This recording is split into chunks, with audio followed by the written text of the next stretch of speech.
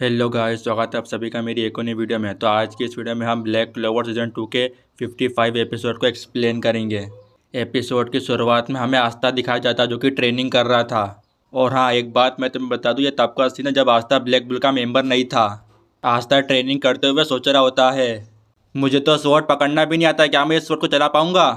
अगले सीन में हम देखते हैं एक आदमी भागते हुए आता है और कहता है, बच्चे सामने से हट जाओ। आस्था कहता है, मेरी तरफ मत आओ। फिर हम देखते हैं आस्था अपनी स्वॉर्ड से उसके ऊपर हमला कर देता है। वो आदमी कहता है, तुमने उसे एक ही बार में हरा दिया। वो आदमी कहता है, मैं तो बस मछलियाँ पकड़ रहा था, लेकिन मैं गलती से जंगली सूअर के इलाके में आ गया। अगले सीन में हम देखते हैं वो दोनों खाना खाते हुए बातें कर रहे थे। आस्था उससे पूछता है कि तुम्हारे कपड़े कहाँ हैं। वो कहता है कि मैं मछली पकड़ रहा था, साथ वहीं पर ही छूट गए। वो आस्था का जूस पीते हुए कहता है, ये तो बहुत कड़वा है। आस्था कहता है, इससे जादू शक्ति बुद्धि ज़्यादा बढ़ जाती है।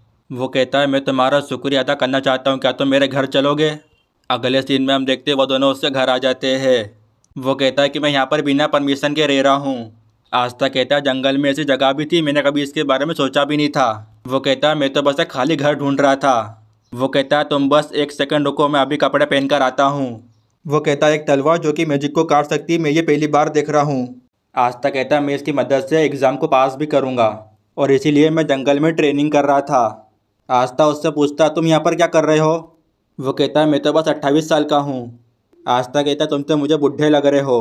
वो कहता है, इसे जाने दो, मैं तो बस किसी का इंतज़ार कर रहा हूँ। वो कहता है, तुम तो यहाँ पर ट्रेनिंग करने आए हो ना। और वो कहता है, तुम कुछ दिन यहाँ पर रुक सकते हो। आस्था कहता है, कहीं तुम्हारी नज़र मेरे जूस पे तो नहीं है ना। वो कहता है, तुम्हें लोगों के साथ अच्छा व्यवहार करना चाहिए।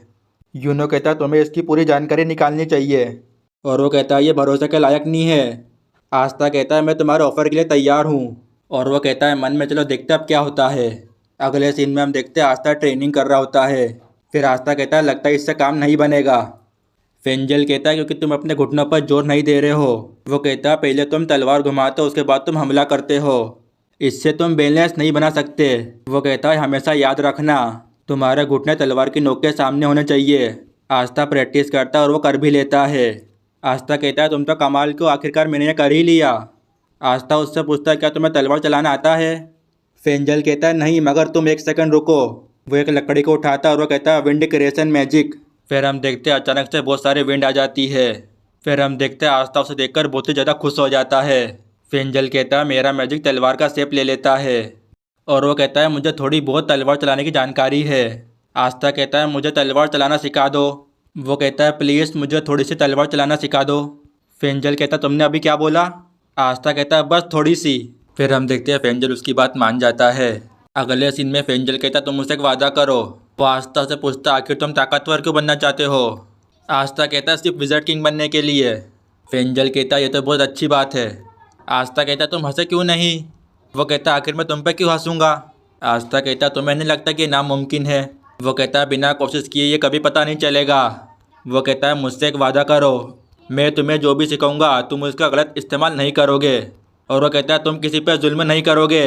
आस्था कहता है, तुम्हें यह सब बोलने की ज़रूरत नहीं है। आस्था ये भी कहता है, ये मेरा वादा रहा। अगले सीन में हम देखते हैं आस्था प्रैक्टिस कर रहा होता है। वो कहता है, तुम्हारा डिफेंस और तुम्हारा अटैक दोनों इंप्रूव हो चुके हैं।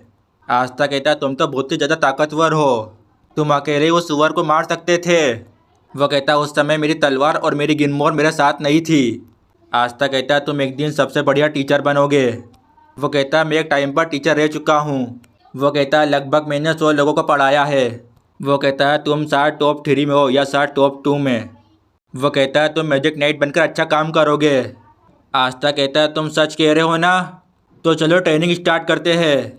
अगले सीन में हम देखते हैं एक लड़की आती है। वो कहती है, मुझे माफ़ कर दीजिए। आस्था उससे पूछता, आखिर ये है कौन। वो कहता है, ये मेरी स्टूडेंट है और ये मेरी मंगेतर को ढूंढने में मेरी मदद कर रही है। आस्था पूछता, तो तुम किसका इंतज़ार कर रहे हो। और वो कहता है, तुम्हें भी उसे ढूंढना चाहिए। फेंजल कहता है, मैं ऐसा कुछ भी नहीं कर सकता जिससे कि मेरे ऊपर ध्यान जाएगा। आस्था कहता है, मेरा नाम आस्था है और मैं इससे तलवार चलाना सीख रहा हूँ। वो कहती है, मैं तुम्हें नहीं जानती, पर एक बात सुनो, ये बुढ़ा है। आस्था कहता है, मुझे भी पता है कि ये बुढ़ऊ है। फेंजल कहता है, ये सब छोड़ो, ये बताओ कि डोबिना कहाँ है। वो कहती है, दरअसल बात यह है कि वो गुजर गई है। फेंजल बताता, मैं और मेरी वाइफ हम दोनों डायमंड किंगडम की आर्मी से है। वो कहता, वो हम दोनों के ऊपर जुल्म कर रहे थे, इसलिए हम वहाँ से भाग गए, मगर कुछ लोगों ने हमें पकड़ लिया था। और वो कहता है, उसके बाद हम दोनों अलग अलग हो गए थे। अगले सीन में हम देखते हैं वो फेंजल को उसकी वाइफ की छड़ी देती है। वो कहती है मुझे वहाँ पर खून के निशान भी मिले थे। फेंजल कहता है क्या तुम दोनों मुझे थोड़ी देर के लिए अकेला छोड़ सकते हो। अगले सीन में हम देखते हैं वो ऊपर के कमरे में चला जाता है। अगले सीन में हम देखते हैं वहाँ पर उसकी स्टूडेंट आ जाती है। वो कहती है मुझे माफ़ कर दीजिए मास्टर, तुम्हें याद है तुमने मुझे और सारे स्टूडेंट को भागने के लिए किया था। फेंजल कहता है क्या सभी लोग सही सलामत है। वो कहती है सब लोग अब मर चुके हैं। उसकी बात सुनकर फेंजल शॉक हो जाता है। फिर हम देखते हैं उसकी स्टूडेंट उसके ऊपर हमला कर देती है। अगले सीन में हम देखते हैं डायमंड किंगडम के लोग अंदर आ जाते हैं। फिर हम देखते हैं वो फेंजल को पकड़ लेते हैं। फेंजल उससे पूछता आखिर तुम हो कौन। वो कहती है मैं डायमंड किंगडम वालों को इन्फॉर्मेशन देती हूँ। वो कहती है कि मैं रास्ते के कांटों को हटाने में मदद भी करती हूँ। अगर मैंने ऐसा नहीं किया तो वो मुझे भी मार देंगे। हालांकि मैं तुम्हें नहीं मारूंगी क्योंकि तुम्हें जिंदा पकड़ने के लिए कहा गया है। और वो कहती है कि इस जगह को चारों तरफ से घेर लिया गया, तुम यहाँ से भाग नहीं सकते। फिर हम देखते हैं अचानक चिल्लाने की आवाज़ आती है। अगले सीन में आस्था दरवाज़ा तोड़कर अंदर आ जाता है। आस्था कहता बूढ़ा तुम ठीक तो हो ना। आस्था कहता है मुझे लगा था कि तुम इस इंसान को मानती हो। वो कहती हाँ मैं इसे मानती हूँ। इनकी फाइटिंग टेक्निक से मैं अभी तक बची हुई हूँ। जब तुमने इनके बारे में बोला था तो मैंने तुम्हें टोका भी था। आस्था कहता है तो फिर तुम ऐसा क्यों कर रही हो। वो कहती है इसकी वजह से मेरी जान भी जा सकती है। वो कहती है क्या तुम मेरे रास्ते से हट जाओगे। तुम इस बुढ़ऊ के लिए अपनी जान नहीं देना चाहोगे। फेंजल कहता है ये सही कह रही है और तुमने मुझसे वादा भी किया था कि जो मैंने तुम्हें सिखाया है तुम बस उसका अपने सपनों के लिए इस्तेमाल करोगे। तुम ये अनजान बुढ़ऊ के लिए ये गलती नहीं करोगे। आस्था कहता है तुम ये क्या कह रहे हो, मैं तुम्हें अच्छे से जानता हूँ। फेंजल कहता है तुम मेरी फिक्र मत करो, मैं वापस छूट जाऊँगा। आस्था कहता है मगर इन लोगों ने तुम्हें पकड़ लिया है। आस्था ये भी कहता है तुम फिक्र मत करो, मुझे कुछ भी नहीं होगा। फेंजल कहता है मैं मरूंगा नहीं बल्कि मैं बाहर निकल जाऊंगा। आस्था कहता है अगली बार मिलने के लिए तुम मरना मत। फेंजल सोचता आस्था तुम्हें यहाँ से भागना होगा। अगले सीन में हम देखते हैं आस्था उसके ऊपर हमला कर देता है। आस्था एक अटैक में सबको हरा देता है। फेंजल कहता है सब कुछ ठीक है आस्था। और वह कहता है अगर मुझे कुछ हो जाता तो मुझे कोई फ़र्क नहीं पड़ता है। और वह कहता है मैंने जीने की इच्छा छोड़ दी है। वह कहता है अब मुझे कोई फ़र्क नहीं पड़ता, तुम मुझे अकेला छोड़ दो। आस्था कहता है तुम ये क्या कह रहे हो। जीने की इच्छा और ज़िंदा रहने की वजह तुम्हें यह बैठे बैठे नहीं मिल जाएगी, तुम्हें इसे ढूंढना पड़ेगी। अगर तुम मेरी बात समझ गए हो तो मेरा साथ दो। अचानक से डायमंड किंगडम वाले उनके ऊपर हमला कर देते हैं। फिर हम देखते हैं आस्था अकेले उनका मुकाबला कर रहा होता है। अगले सीन में हम देखते हैं फेंजल उसकी वाइफ की बॉन्ड उठाता है। फेंजल कहता है मेरे अजीब से बर्ताव के लिए मुझे माफ़ कर देना। और वो कहता है अब मैं बिल्कुल ठीक हूँ। वो कहती है तुम्हें अपना ध्यान नहीं भटकाना चाहिए था। वो आस्था के ऊपर हमला कर देती है। फिर हम देखते हैं आस्था उसके अटैक को ब्लॉक कर देता है। आस्था कहता है मेरा ध्यान नहीं भटका था। वो कहती है उसने मेरा जादू काट दिया। वो कहती है यहाँ से चलो मैं सब कुछ संभाल लूँगी। आस्था कहता है तुम पीछे क्यों हट रही हो।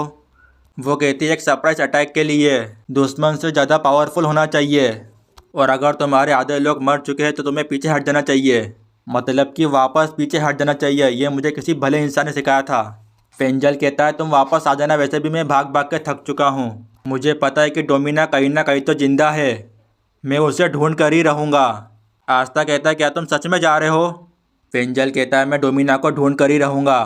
मैंने जो भी गलतियाँ किया मैं उन्हें सुधारूँगा। मैं अपनी पूरी ज़िंदगी उसे ढूंढने में लगा दूँगा। फिर हम देखते हैं वो आस्था का शुक्रिया अदा करता है।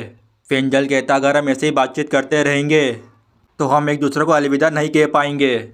फिर हम देखते हैं वो आस्था को गुड बाय बोल देता है। अगले सीन में हम देखते हैं उसके पीछे दोबारा सुअर पीछे पड़ जाता है। फिर हम देखते हैं फेंजल आस्था की मदद मांगता है और आस्था कहता है तुम खुद करो, तुम मुझे ये बता कि तुम नंगे कैसे हो गए। फेंजल कहता है ये एक्सप्लेन करने का टाइम नहीं है और ये एपिसोड यहाँ पर ही ख़त्म हो जाता है।